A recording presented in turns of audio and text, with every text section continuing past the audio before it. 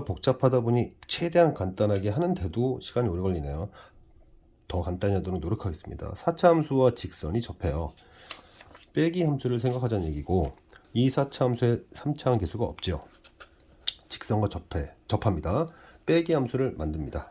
빼기 함수를 만들게 되면 이러한 형태가 되겠죠. 그러면 알파, 베타, 베타가 근이 될 텐데, 그러한 네 근의 합이 0이 되면서 롤의 정리에서 나왔던 이 부분, 대칭축 부분, 대칭축이 y축이라는 걸 알게 됐어요. y축 대칭이라는 얘기는 항들이 제곱 4차, 2차 0승만 있다는 얘기니까 여기가 0이 돼야 됩니다. 따라서 A1은 16이 돼야 되고요.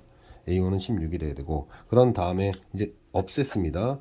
없애게 되고 이제 미분을 하죠. 미분을 하면 이제 얘는 원점 대칭인 함수가 되게 되는데, 미분을 하게 되면 이 부분만 남게 되니까 이걸 통해서 x좌표를 구할 수 있잖아요. 그래서 왼쪽은 마이너스 6, 오른쪽은 플러스 루트 6, 이거를 구할 수 있게 됩니다. 그러면은 상수항인 마이너스 b1은 66에 36이 되겠죠. 자, 이제 함수 위의 임의의 점에서의 접선의 방정식을 세우는데, 식을 세워서 이 부분 처리하고요. 그 다음에 어차피 0,12에서 그었다고 하니까, 곡선 바깥에 0,10에서 그었다고 하니까 임의의 접선식에 0,12를 넣어서 접점에 관한 방정식을 세워서 접점을 잡아서 계산을 하면 되는데, 이 의미가 무엇이었을까? 그냥 우리가 단순하게 생각할 수도 있었지만 이 의미가 어떤 의미였을까 생각해 보면, 우리가 만약에 대략적으로만 생각했다면 이상하다 생각할 수 있어요. 사실 이거는 어떤 녀석이었냐면 4차 함수 있었습니다. 미분을 하고, 그 다음에 이게 바로 변곡점이라고 하는 함수의 오목성 볼록성이 바뀌는 점이었는데요. 그러니까 이 점에서 함수가 어떻게 되냐면 이렇게 되고 이렇게 될 때에 이 점에서 접선을 그었던 게 이거였다는 얘기고요. 이러다가 이렇게 바뀐 점에서 접선을 그은 게 요거였다는 얘기입니다. 그런 의미예요. 연산적으로는 그냥 시간만 투자하면 되는 부분인데, 이 부분은 약간 선행적 의미를 요소를 좀 담고 있어서 좀 그렇습니다.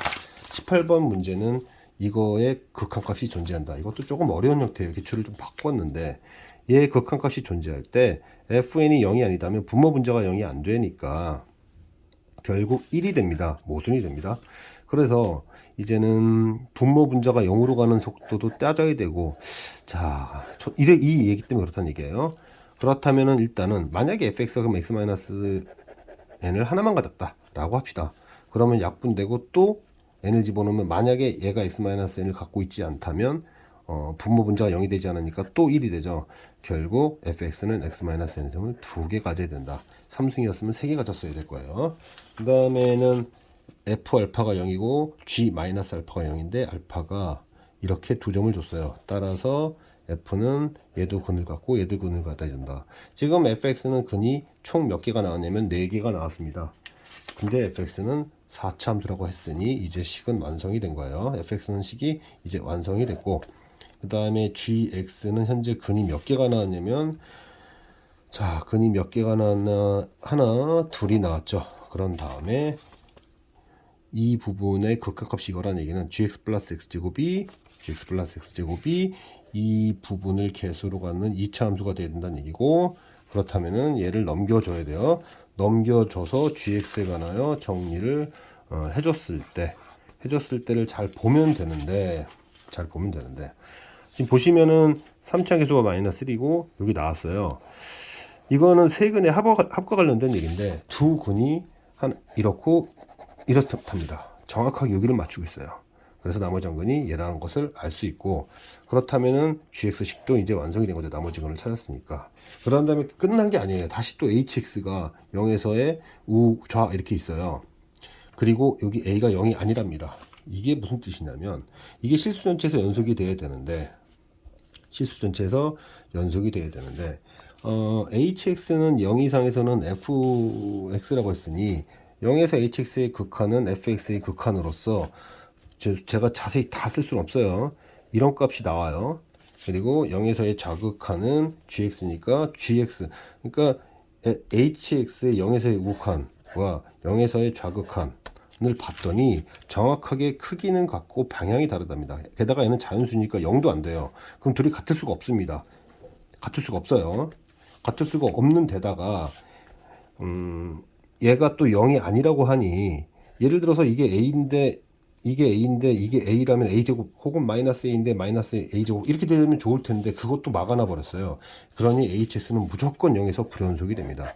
결국 얘가 연속이 되려면 X가 0이 됐을 때 이 부분 있죠. 마이너스 A가 근이 돼야 되고, 그 다음에 A가 들어가면 HA 있죠. 얘가 근이 돼야 돼요. 얘가 불연속이니까. 여기가 불연속이니까 얘가 근이 돼야 되고, 여기가 불연속이니까 여기가 근이 돼야 되는, 즉 H-A와 HA가 동시에 근이 돼야 되는 얘기입니다. 자, F 근에 대한 정보를 표현했고, n이 1일 경우에 1과 마이너스 1 되죠. 이거 똑같은 거니까 쓸 필요 없고, 요거는 뒤에서 중복됩니다. n이 2라면 이 부분에서 뿔말이 나올 수 있죠. 그 다음에 여기 중복됐습니다. 3부터는 3 이상부터는 이제 더 이상 중복될 애들이 나오지 않아요. 쭉 보시면. 그래서 둘 4씩 나와요. 그래서 1과 2일 때면 2개고 나머지 3부터 10까지는 4개씩 나온다라는 게 18번 문제로 굉장히 복잡했습니다. 19번도 복잡해요. 복잡하기보다는 문제집이 좀 나와 있긴 하지만 알고 있어야지만 풀 수 있는 문제입니다. 지금 꼭지점 잡습니다. 중점이 이래요. 그런데 이 중점을 원점이 되도록 평행 이동을 시켜버렸더니 정확하게 두 함수가 원점에 대하여 대칭이 됐어요. 그래서 여기 대칭이 되기 때문에 결국 원점에서 두 함수 중에서 만만한 걸로 저는 1사분면에 있는 애를 할게요.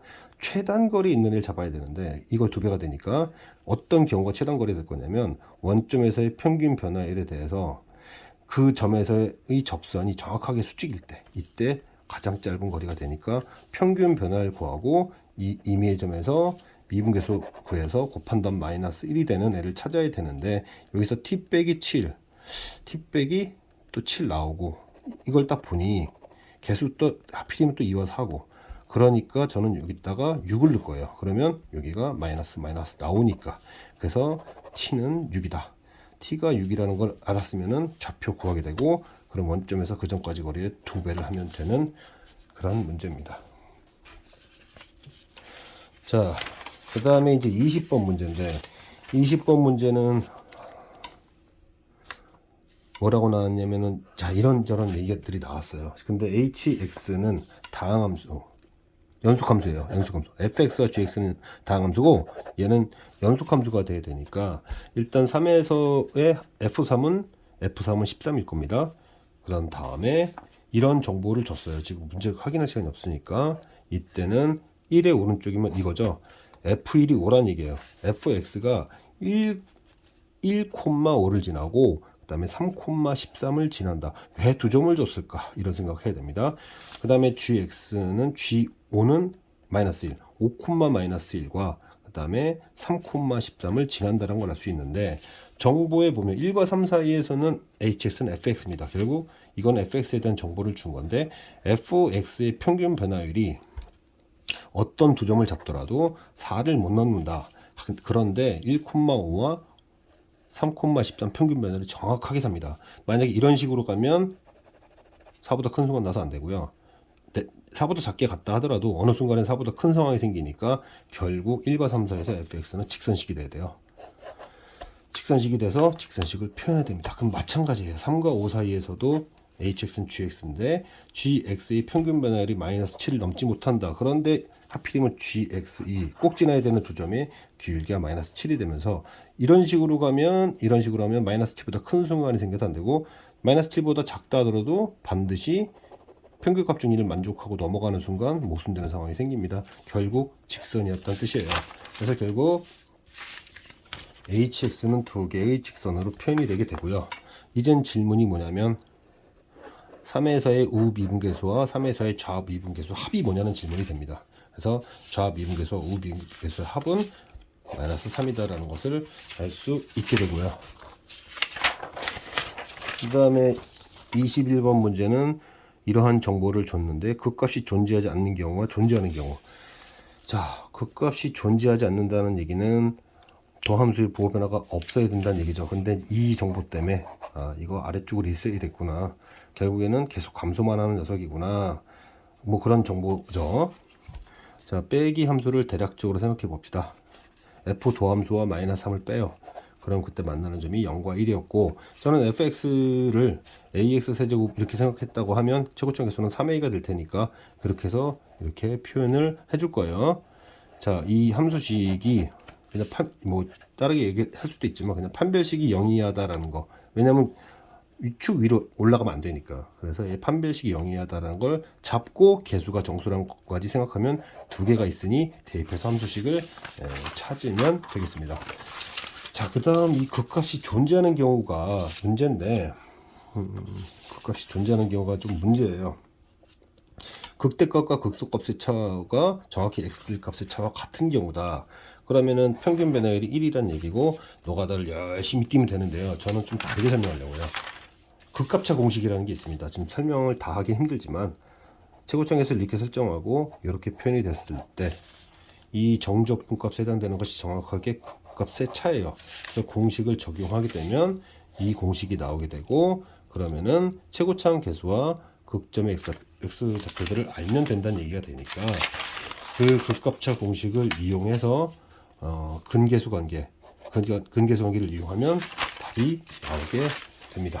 주관식은 굉장히 쉬운 편이라서 가볍게 얘기하면 모든 실수에서 연속이라는 얘기는 A에서의 좌극한 우극한이 같다는 얘기가 되니까 A에서의 좌극한과 그다음에 A에서의 우극한 존재하게 되죠. 존재하게 되고 그렇다면은 지금 0으로 가는 속도가 동일해야 되니까 분자도 x-a 이상을 갖고 있어야 되고 대입해서 b를 a로 표현한 다음에 인수분해까지 됩니다.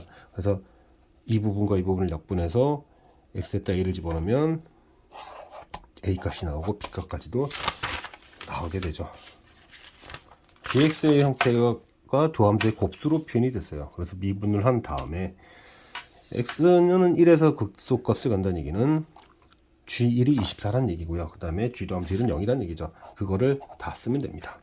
그래서 1을 집어넣어서 여기 0이라는 것과 그 다음에 G1이 24 그러면은 결국 F1이 8이란 얘기니까 대입하시면 정보를 전부 찾을 수 있어요. 결국 F1도 알 수 있고 F1도 알 수 있고 F도 함수 1도 알고 있죠. 그러면은 직선식을 세울 수 있게 됩니다. 그 다음에 이것도 워낙 전형적인 형태입니다. 다항함수에서 n 플러스 n의 f도 함수 2죠. n 플러스 n의 f도 함수 2니까 f도 함수 2가 또 문제에서 3이라고 그랬고 그러면 n 플러스 n은 5가 되고 네 가지 경우인데 서로 다른 m에는 두 가지만 있다.